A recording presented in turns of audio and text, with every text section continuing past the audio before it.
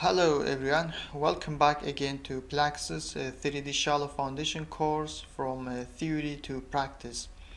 This is lesson 29, and in this lesson we are going to shortly talk about the accuracy of two different soil constitutive models, which are Mohr-Coulomb and Hardening Soil models in soil analysis.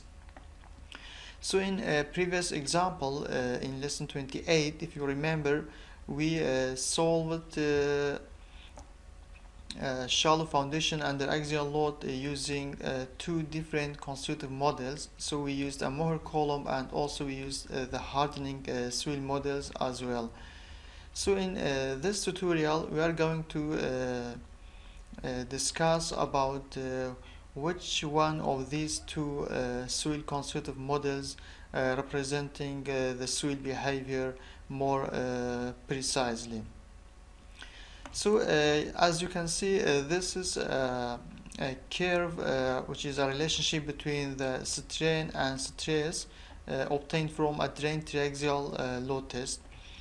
So as you can see, it is difficult to define a single or a constant modulus of elasticity from this relationship. For example, as you can see, if I take a straight line from the beginning of the curve like this, this is generally called the initial modulus of elasticity, but it is changed at each point of this curve. For example, I can take like this. Maybe I can define a modulus of elasticity in this region. Also, if I draw a tangent line like this, and the elasticity will be different. If you see this dashed line, this is also called E50, which is the modulus of elasticity at 50% of the failure stress, and also this elasticity is unloading reloading elasticity. So in Mohr-Coulomb model we always we use one single elasticity, and it is constant along the analysis calculation, but actually in reality the modulus of elasticity of soil is stress dependent, as we can see in this figure. So at any point we will have a different elasticity.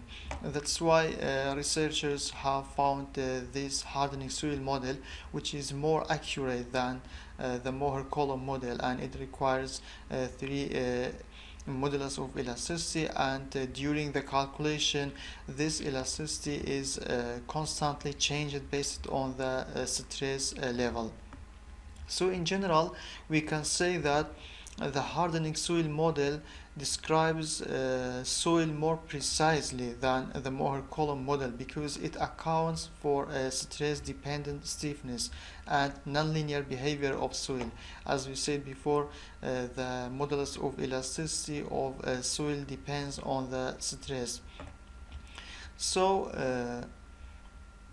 the Mohr-Coulomb assumes a constant elasticity, and this makes the hardening model better suited for capturing the true deformation characteristics of soil under varying stress conditions. So as a result, the hardening soil model provides more accurate and realistic representation of soil behavior in geotechnical engineering analysis. If you remember, in previous example we solved the problem using two different models, the Mohr-Coulomb models and hardening soil models.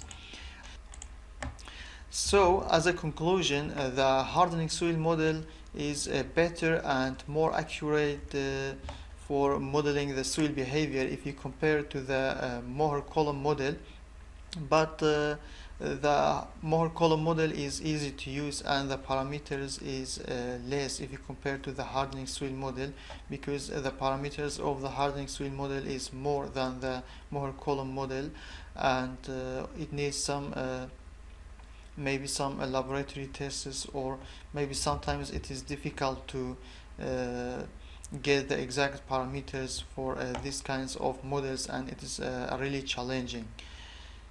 So this was a short tutorial about the accuracy of Mohr-Coulomb model versus the hardening soil model for modeling the ground soil. I hope it was clear, and thank you for watching. See you in the next lesson.